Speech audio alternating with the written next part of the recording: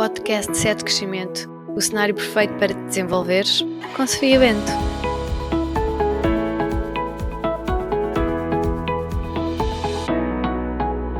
Olá, bem-vindos. O meu nome é Sofia Bento, sou psicóloga clínica da saúde, coach e uma apaixonada pela área do desenvolvimento pessoal.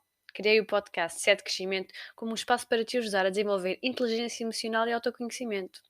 E o tema de hoje, neste 6º episódio, é Burnout antes dos 30, da paixão ao desespero. Hoje vamos perceber como é que de algo que é a nossa paixão, a nossa vocação, muitas vezes se torna em algo que nos leva à exaustão total e até ter vontade de nunca mais trabalhar na área.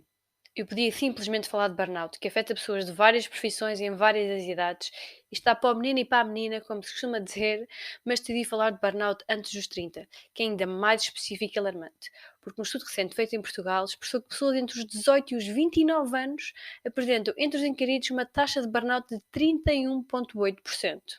Por isso, a probabilidade de vocês estarem em burnout ou terem um amigo ou um colega ou familiar com esta síndrome é bem provável de ser real. Portugal lidera assim o ranking europeu no que diz respeito ao burnout. E se ainda não sabiam desta informação dramática, ficam a saber. Mas nem só de drama vive o ser humano, e como vocês já me conhecem, hoje vamos aprender a reconhecer os sinais e também falar de soluções, de estratégias. É do tipo, eu estou em burnout e agora? Mas antes de iniciarmos desta história de hoje, eu quero primeiro explicar-vos o que é isto do burnout, porque para algumas pessoas eu sei que isto pode ser um conceito novo. Então, burnout é um conceito que vem do inglês, que significa queimar até ao fim. Logo por aí dá para perceber o que vem aí, não é? Segundo a Organização Mundial de Saúde, o burnout é uma síndrome de exaustão física e psicológica, que resulta do stress crónico, ou seja, prolongado, no local de trabalho, e que não foi gerido com sucesso, ou seja, a pessoa tem exigências ou condições negativas às quais não consegue dar resposta no seu local de trabalho. Portanto, quando se fala de burnout, fala-se exclusivamente de um contexto ocupacional, profissional e é algo que acontece no tempo. Para muita gente este conceito é novo, como eu estava a dizer, mas a verdade é que surgiu há 50 anos atrás, é verdade. Nos anos 70 os psicólogos começaram a falar desta síndrome e identificaram isto até por 12 fases. Então, ao contrário daquilo que se possa pensar ou do que saia nas notícias, não é um conceito novo, nem da moda. O burnout é real e acontece a muita gente há muito tempo. A diferença é que isto se tem agravado, não é? Com o passar do tempo. Naquela altura, há anos atrás, quando se começou a falar, ainda não existiam smartphones, smartwatches, teletrabalho com acesso ao e-mail 24 horas por dia, né? Nós não acordávamos e estávamos logo a par daquilo que está a acontecer à nossa volta, nem outras modernices que nos levam nos dias de hoje a nós estarmos completamente drenados. Vocês já repararam que nós nunca desligamos? Nós estamos sempre conectados, nós estamos sempre com acesso a centenas de informação e a sermos forçados a ser produtivos e a apresentar resultados? É verdade, nós somos chamadas geração arrasca. Entramos em burnout porque somos muito apaixonados pelo que fazemos. Somos aqueles que vestem a camisola, entendem? Somos muitas vezes mal pagos enquanto estagiamos e vamos sempre dando resposta às solicitações, às exigências. Cada vez que nos é pedido mais e mais, e nós não nos queixamos, porque nós estamos no início da carreira, cheios de vontade de aprender, de fazer bem feito e de provar o nosso valor, não é? Quem é que está a ouvir isto e se identifica? Levantem lá o bracinho, eu não os consigo ver, mas consigo imaginar que muita gente vai ouvir a história de hoje e que vai ter várias identificações. E para isso eu chamei a Francisca para encarnar aqui a personagem em burnout. Então, a Francisca tem 27 anos e é designer. Desde miúda que ela era reconhecida pelo seu talento e criatividade, e com o tempo foi desenvolvendo o desejo de estudar mais sobre o assunto e de trabalhar nessa área. A Francisca entrou na faculdade aos 19 anos. Não entrou mais cedo, logo aos 18, porque os pais não tinham muita possibilidade financeira de lhe pagarem os estudos. Por isso ela decidiu ir trabalhar por uns tempos. Ela é a primeira pessoa da família mais próxima a ir para a faculdade. Ela vem de um meio em que as pessoas começaram a trabalhar muito novas e não estudaram muitos anos. Em nova, a Francisca era uma miúda inteligente, mas nunca foi de passar muitas horas a estudar. Só na faculdade é que começou a sentir mais pressão com tantos trabalhos. Toda a vida os professores lhe disseram que podia ser melhor aluna se esforçasse mais. Apesar disso, ela foi sendo uma aluna razoável e na faculdade até tinha uma boa média. Abdicava das saídas à noite e das noitadas e ficava a estudar. Investia muito tempo nos seus projetos porque eram a sua paixão. Apresentou a tese e até teve 18 valores, mas mesmo assim sentiu que ficou ali um vazio, faltava alguma coisa e ela nunca percebeu o quê. Aos 24 anos ela começou a estagiar numa empresa. Ela esforçava-se bastante, mas recebia apenas 635 euros. Apesar de ter o salário mínimo estipulado na altura, ela achava pouco dinheiro, tendo em conta os gastos da deslocação, a prestação do carro modesto que ela comprou com o seu próprio dinheiro, e quando comentava isto com a família, eles diziam que ela tinha acabado de começar, que a vida é mesmo assim, difícil, e que para termos algo na vida temos de trabalhar muito. Ela fez o seu ano de estágio e decidiu arranjar outro emprego, porque além de ganhar pouco, não se sentia valorizada onde estava. Neste novo emprego, ela já ganhava mais, mas também tinha mais responsabilidades. Os chefes gostavam do seu trabalho, mas ela tinha uma colega de trabalho mais velha que andava sempre a criticá-la. Dizia que ela tinha a mania que era a preferida, mas que ainda tinha muito que dar ao dedo, para chegar aos calcanhares dela, sabem? Sempre que ela tentava ser original e fora da caixa, era criticada pela colega, que lhe dizia coisas do género. Parece que só queres aparecer e dar nas vistas. Isto gerava desconforto à Francisca, mas ela engolia o sapo e já andava assim há quase 3 anos. Ela gostava muito deste trabalho, sentia mesmo que fazia o que gostava e tentava ignorar esta situação com a colega porque, afinal de contas, não se tratava de dar nas vistas, mas de temer pelo trabalho que apresentava. Ela nunca respondia à letra, evitava a proximidade, desviava o assunto e lá se ia esquivando o bullying por parte desta pessoa. Essa tal colega chegou inclusive a ficar com os créditos do seu trabalho em reuniões de equipa. E a Francisca, como foi educada para ser uma boa menina, para não pagar na mesma moeda, não dizia nada para evitar o confronto e não gerar conflito. O tempo foi passando e a Francisca começou a ficar cada vez mais exigente com o seu trabalho. Trabalhava mais horas mesmo quando não lhe pediam para conseguir fazer um trabalho admirável. Colocava expectativas sobre si muito altas e queria sempre fazer tudo perfeito para evitar as críticas. Mas esta tentativa de se provar a si mesma começou a desgastá-la muito. A Francisca começou a notar que muitas vezes ia para a cama e não conseguia desligar do trabalho. A sua cabeça estava a pensar no que tinha para fazer no dia seguinte. O que é que tinha feito nesse dia, o que é que tinha corrido mal, o que é que poderia correr mal, mas sempre focada no mal e com medo da crítica da tal colega. Ela por vezes demorava a adormecer, outras vezes acordava às 6 da manhã, muito antes do despertador, com uma sensação de sufoco, parecia que ia faltar o ar. Só de se lembrar que iria trabalhar num ambiente tóxico, ela nem tinha vontade de sair da cama. Isso fazia com que a sua vontade de trabalhar fosse nula e que começasse a ficar bastante ansiosa logo desde manhã, muito impaciente e com muita vontade de gritar com as pessoas quando elas não eram simpáticas consigo. Uma coisa que antes não acontecia. Como andava cansada, deixou de fazer exercício físico. Cancelava lanche aos jantares com os amigos, porque saía tarde do trabalho e como não chegava a tempo ou estava muito cansada, não tinha muita paciência para essa vida social. Desde miúda que tinha como hobby fotografar, mas até isso tornou uma tarefa cansativa e sem interesse. A Francisca foi notando também que as tarefas que fazia antes com pouco esforço começaram a tornar penosas. Apercebeu-se que por vezes ficava sentada, focada no monitor, sem conseguir produzir, sem conseguir decidir o que tinha para fazer e a sentir-se uma incompetente. Não conseguia terminar as frases. Isto, claro, começou a levar a pensamentos como: eu não consigo, a culpa disto não está bem é minha, eu não tenho capacidade para fazer isto. Epá, eu nem sou boa o suficiente para fazer este trabalho, nem sequer mereço estar aqui. Deixei de ter criatividade. Antes achava que tinha um dom para o que fazia, mas agora parecia uma realidade bem distante. Um dia a Francisca estava muito cansada. Ao conversar com a mãe em género de desabafo, disse-lhe que preferia trabalhar numa caixa de supermercado do que estar naquele trabalho. A mãe olhou para ela e disse: Mas estás parva? Andaste a estudar tanto para quê? O design sempre foi o teu sonho. A mãe da Francisca, bem como a restante família e amigos, não entendiam porque ela andava sempre irritada, sem paciência, cansada e até deprimida. Ela tinha tudo, afinal de contas, não é? Amigos, família, namorado, emprego, um carro, um curso, lá, lá, lá. As pessoas não entendiam que era uma coisa que ela não conseguia controlar e do qual não estava a conseguir sair sozinha. Certo dia, no almoço de família, uma tia da Francisca perguntou como é que estava a correr o trabalho. O coração dela acelerou e os olhos encheram-se de água. A Francisca sentia-se angustiada e nem sabia explicar o que estava a sentir. Ao ver isto, a tia disse, de uma forma muito ríspida: Oh Francisca, tu tens 27 anos, por que é que estás assim? Tu nem sequer tens filhos, não tens casa para pagar, não tens família para sustentar, és muito nova para estar com tanto stress, rapariga. Antigamente era mais difícil, ou pensas o quê? Eu e a tua mãe, com a tua idade, já tínhamos 2 filhos e tínhamos de gerir tudo. A Francisca engoliu o choro e foi para o seu quarto isolar-se. A verdade é que, apesar de se sentir incompreendida, a própria Francisca tinha o estigma de que esta exaustão só acontecia a pessoas mais velhas, que não acontecia a ninguém da sua idade. Sentia-se, na verdade, uma mimada, porque afinal de contas, e novamente, e entre aspas, tinha tudo, e mesmo assim era uma insatisfeita. Certo dia no trabalho, a tal colega da Francisca chegou à sala e disse: Ora, seja bem aparecida a menina, a chegar às 11 da manhã, onde é que andaste nesta boa vida? A Francisca ficou incrédula com tal averiguação. Na noite anterior tinha trabalhado até às 2 da manhã porque um cliente resolveu pedir uma alteração de última hora e, como era um cliente importante, o chefe pediu-lhe o favor de fazer esse esforço e queria ser recompensada no futuro. Ela tinha feito um intervalo de menos de 12 horas entre o trabalho e o descanso e ainda assim estava a ouvir bocas. A Francisca, que por norma é uma pessoa calma, sentiu-se injustiçada e saltou-lhe a tampa. E respondeu ao colega: Olha, vais chatear outra, está bem? Estou farta das tuas bocas foleiras. Ontem estive a trabalhar até muito tarde a pedido do chefe, por isso entrei mais tarde hoje. Epá, uma pessoa mata-se a trabalhar e nem pude ir ao jantar de aniversário de uma das minhas melhores amigas para terminar isto e ainda tenho que estar a ouvir isto. E a colega, num tom irónico, respondeu: Ai, calma, não te enerves, que assim ficas com rugas. Se ele te mandou trabalhar até tarde, não é culpa minha, é com ele que tu tens que mandar vir. Olha, e nem sequer estejas pá, aí irritadinha e quase a chorar. Pá, nós já somos pessoas adultas. Menos filmes, amiga, está bem? E nisto, virou costas. A Francisca estava a sentir tanta raiva que os seus olhos se encheram de água e foi até à rua apanhar ar. Sentou-se no banco de jardim e tinha a sensação que ia morrer. A boca seca, respirava muito rápido, sentia-se confusa, tonta, perdida, agitada. Não conseguia pensar com clareza. As mãos estavam suadas e tinha um aperto no peito. Sentia os batimentos cardíacos de uma maneira tão intensa que parecia que ia ter um ataque cardíaco.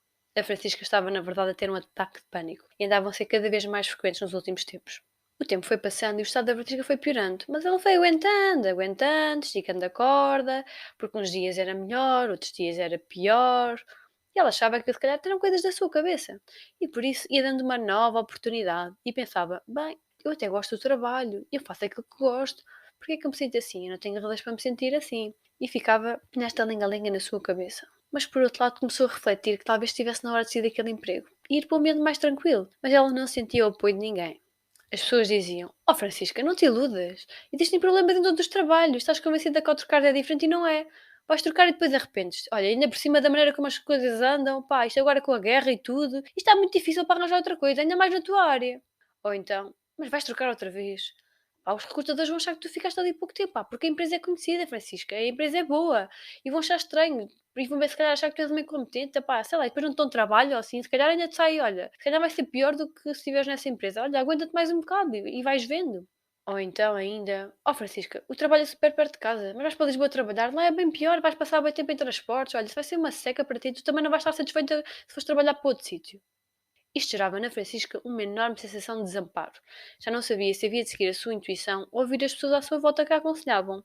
Chegou a abrir o seu CV e pensou em enviar candidaturas, mas passado uns tempos foi deixando isso de parte por vários motivos.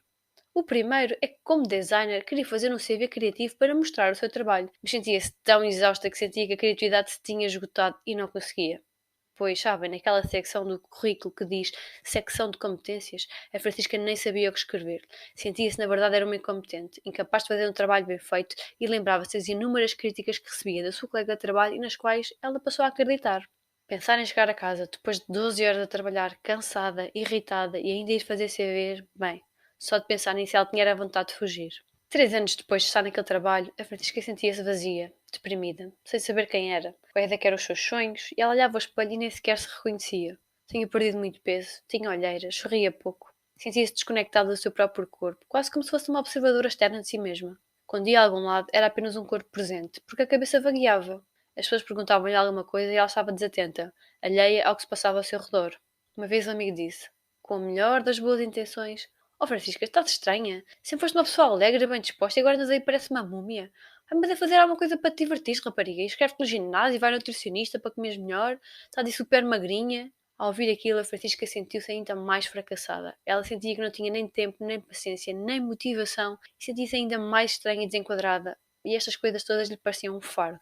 Ao longo dos 3 anos que a Francisca esteve na empresa, teve 5 coordenadores diferentes, o que significa que teve 5 pessoas diferentes, com ideias diferentes, ritmos de trabalho diferente, era tudo diferente, e às quais ela teve de reajustar constantemente. Cada um exigia que as coisas fossem feitas de maneira diferente. Ela sempre se esforçou ao máximo, mas nem todos lhe davam feedback construtivo ou reconheciam o seu trabalho. Ao longo destes anos, a equipa foi rodando. Muitas pessoas sentiam insatisfeitas com as condições de trabalho e foram saindo. E ela sentia-se insegura, tinha receio de que o seu lugar também estivesse em causa. A pressão constante e a dificuldade em concentrar-se levaram a Francisca a fazer pausas durante o trabalho. E em vez de fumar 1 ou 2 cigarros por dia, ela ao fim de 3 anos estava a fumar um maço. Era uma estratégia que usava para lidar com a ansiedade. Alguns dos seus coordenadores aceitavam um número elevado de projetos, o que fazia com que a equipa tivesse um ritmo de trabalho muito acelerado e a carga de trabalho excessiva.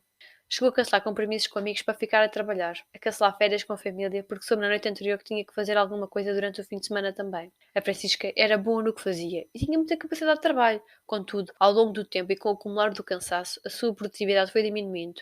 Chegou a ter dias, inclusive, que acordava com enxaqueca e nem sequer conseguia ir trabalhar. Eram muitas horas em frente ao computador, muito stress e muita pressão de forma constante. Já para não falar que a criatividade não surgia tão facilmente devido à exaustão e tinha pouco controle sobre o seu trabalho. As tarefas chegavam através do e-mail, sempre a cair algo novo, sem lhe perguntarem sequer como é que estava a correr, qual é que era a sua atual carga e como é que ela ia gerir. A outra designer, bem, essa já para nem falar, era pouco disponível e tinha um discurso muito tóxico com ela. O momento em que deu o clique à Francisca de que estava no seu limite foi quando certo dia bloqueou. Parecia que nem conseguia articular frases, estava a ler ao cansaço e começou a sentir dormência nas extremidades das mãos. E nisto desmaiou no trabalho. Foi levada ao hospital e o médico disse-lhe que ela devia estar debaixo das condições em que se encontrava. Tinha-lhe feito análise e tinha alguns valores alterados. Entre outras coisas, receitou-lhe ferro e magnésio.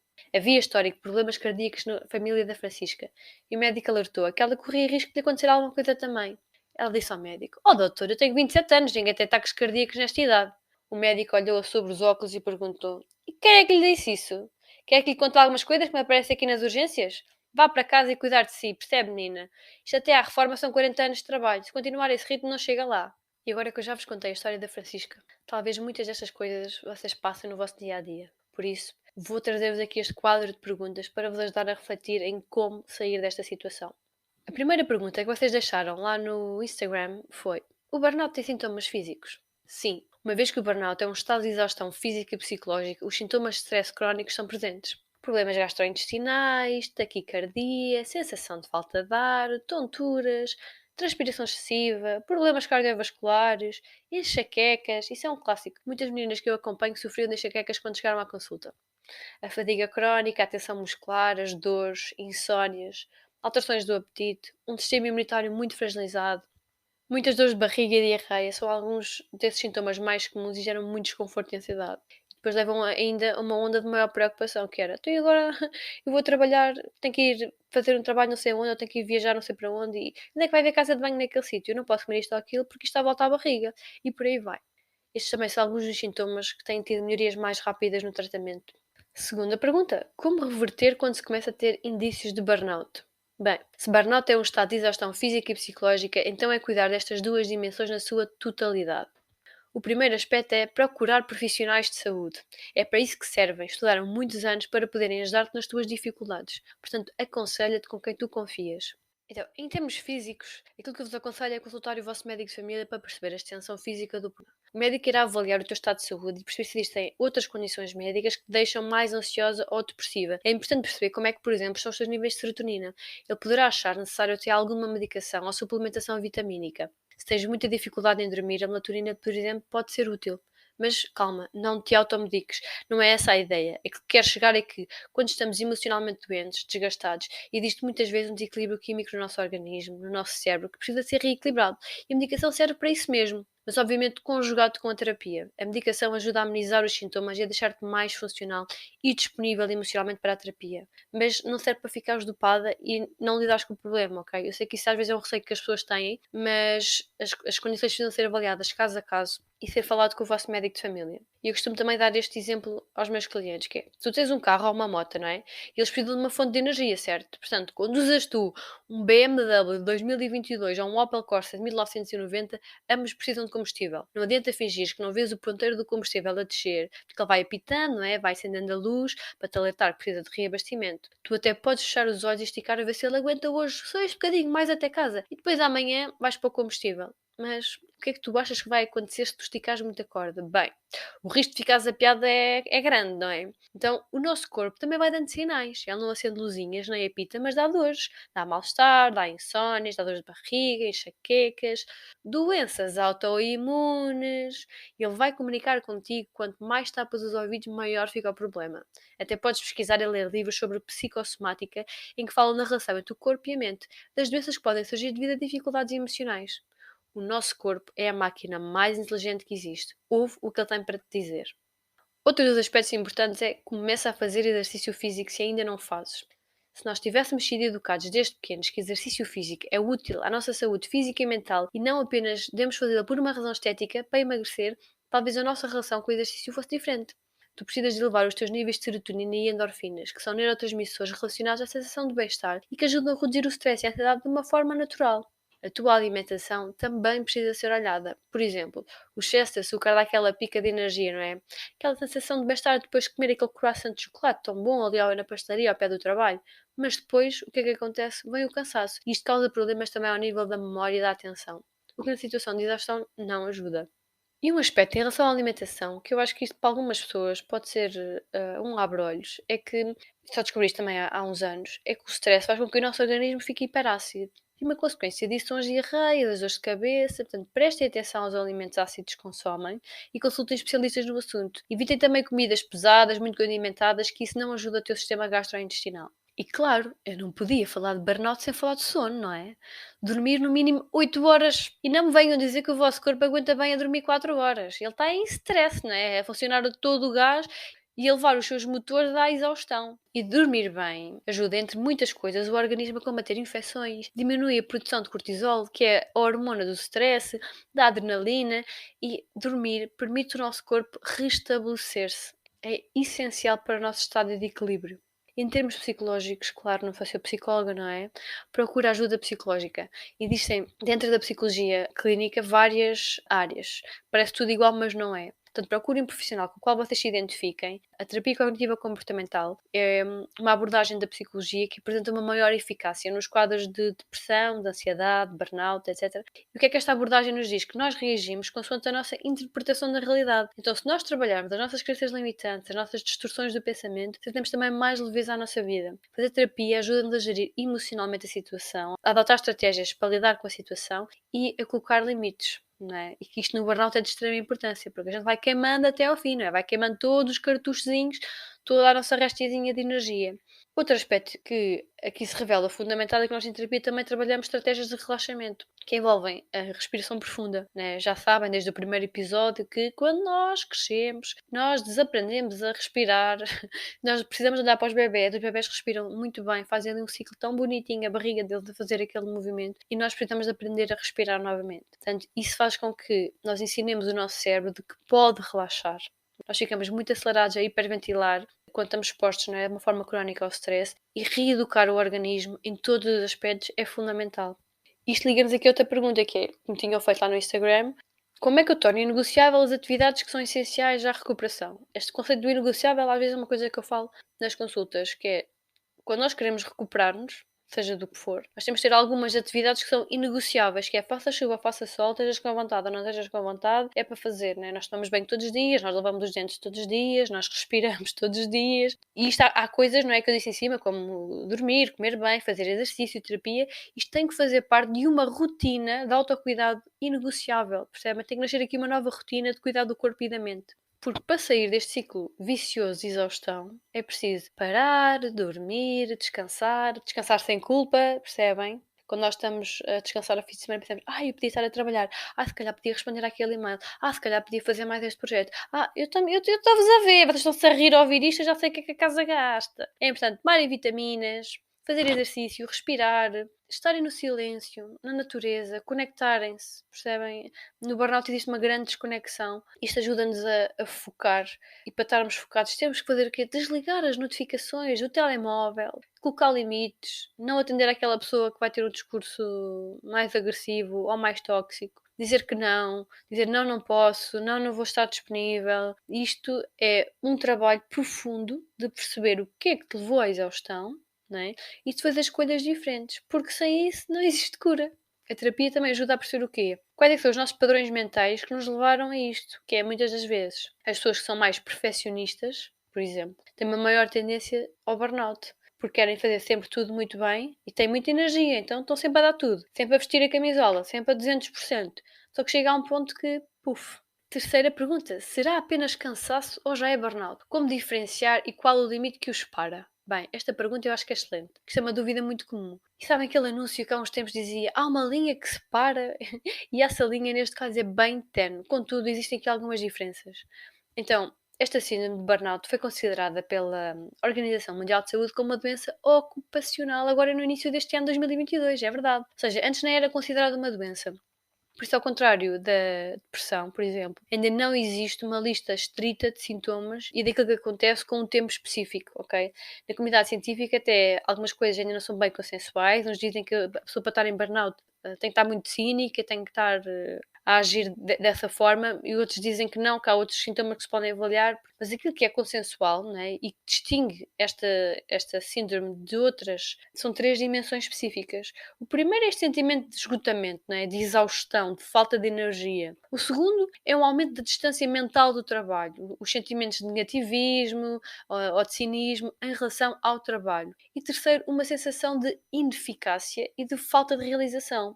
Isto tem que ser uma coisa no tempo, percebem? O burnout não é um cansaço numa semana, né? Vocês têm tipo aquele projeto, numa semana trabalha muito, então em burnout, não é isso. Aquilo que vai existindo é uma espécie de aversão ao trabalho, esse tal negativismo, esta tal distância, aquela tal vontade que dizia a Francisca de ir trabalhar para a caixa do supermercado, nada contra as caixas do supermercado, mas é no sentido de, tudo é melhor do que isto, qualquer trabalho é melhor do que este que eu estou a fazer, independentemente de qual seja. Ok? E o burnout também é muito comum em professores, em enfermeiros, profissionais de saúde, policiais, portanto, pessoas que lidam com pessoas que estão expostas a muito stress. Portanto, isto são coisas que são comuns a várias profissões. E às vezes eu ouço as pessoas a comentarem: uma vez eu tive um burnout e depois, pronto, a pessoa parou naquele dia, descansaram e seguiram com a vida delas. E o burnout não é nada disto. O burnout tem um impacto muito forte na vida da pessoa, em termos físicos, psicológicos. É o querer parar e não conseguir, né? É algo que começa como uma paixão e de repente se torna num pesadelo. E é óbvio que eu estou aqui a falar em termos gerais, não é? Se acham que podem estar em burnout, procurem ajuda, não é? De um profissional para perceberem efetivamente se é burnout, se é stress, se é o início de burnout, se já está no estado mais grave. É importante mesmo aconselharem-se e marcarem consultas para perceber como é que as coisas estão a avançar. E neste sentido, a quarta pergunta que é: pode-se receber baixa médica por burnout? Sim, as pessoas já recorrem a baixa médica por depressão, por exemplo, e o quadro de depressão é por vezes aquilo que leva a pessoa a uma consulta, mas que já teve origem, que já, o histórico da pessoa já é um burnout. A depressão acontece depois como uma das consequências. Outra coisa é o burnout, né, que desde o início do ano passou a ser reconhecido pela Organização Mundial de Saúde como um problema ligado ao trabalho. Isto também acaba por ter impacto em muitas variáveis. Uma coisa que eu acho importante esclarecer é que, e que nem sempre é óbvio para as pessoas, é que os psicólogos não são médicos e não passam baixas, nem receitam medicação. Portanto, isto tem que ser visto com o vosso médico de família. Outro aspecto que talvez muita gente não saiba é que, ao que às vezes tem aquele receio, não é? Tipo, eu sou trabalhador independente, não tenho direito a baixa. Tem direito a baixa, já descontam há mais de 3 meses para a Segurança Social. Mas todos estes detalhes também têm que ser vistos caso a caso, ok? Aquilo que eu queria partilhar convosco sobre isto é que saiu um artigo na revista Exame, agora em dezembro do ano passado, que falava que o facto da Organização Mundial de Saúde ter reconhecido o burnout como uma doença ligada ao trabalho iria ter influência nestes processos, por exemplo, em tribunal. Ou seja, caso o funcionário recorra à justiça por causa do esgotamento, a empresa pode ser responsabilizada e até pagar uma indenização. E citando aquilo que o artigo diz é: na justiça, a responsabilização da empresa será avaliada a partir do lado médico, comprovando que o burnout junto, né, com o histórico do profissional e uma avaliação do ambiente de trabalho, inclusive recorrendo ao relato de testemunhas. Em geral, são recolhidas provas de uma degradação emocional e fatores causadores da síndrome, tal como assédio moral, metas fora da realidade, cobrança excessiva. Portanto, estamos aqui a falar dos riscos psicossociais, não é, que vão ser avaliados, porque antes havia aquela ideia, até errada, muito errada, de que a pessoa entra em burnout só por culpa dela, porque ela é uma fraca, porque ela não consegue lidar. E não é isso. Há efetivamente coisas muito nocivas, às vezes a acontecer no local de trabalho, que propiciam o burnout. Isto que se vocês forem a ver, imagina, vocês estão a ver isto e estão em burnout. Se vocês olharem para a vossa equipa, quantas mais pessoas ali é que estão em burnout? Pensem lá. São os únicos? Ou isto já escalou também para outras pessoas? Percebem? Isto acaba por ser uma coisa que se vai gerando dentro da equipa. Porque como que o profissional de burnout tem um histórico até de boa performance, não é? Só que com as mudanças de ambiente, com as mudanças da gestão e com essas exigências todas, isto acaba por dar estrago. Portanto, em termos concretos, eu não sei como é que vão decorrer estas coisas, mas as notícias que vão saindo falam sobre isto, que vão haver estas mudanças. E antes de terminarmos, eu quero dizer-te que 1 em cada 5 portugueses tem um problema de saúde mental. E que 3 em cada 5 pessoas trabalhadoras experienciam problemas de saúde psicológica devido aos ambientes de trabalho, sendo a depressão e a ansiedade os diagnósticos mais comuns. Em certos momentos, malta, é importante parar e reconhecer o que está a acontecer connosco e pedir ajuda. Espero que este conteúdo tenha sido útil para ti. Partilha com as pessoas que achas que vão gostar de ouvir também. E se ouviste uma coisa que te fez muito sentido, então partilha também com os teus colegas de trabalho. E já sabes, subscreve o canal no Spotify, ativa aí as notificações para seres dos primeiros a saber quando saem os próximos episódios e de acompanhar também o meu trabalho diariamente nas redes sociais, no Instagram em Sofia Bento Psicologia e no Facebook Sofia Bento Psicologia e Desenvolvimento Pessoal. E fica aqui ainda para terminar a dica sobre o tema do próximo episódio: propósito de vida. Até lá!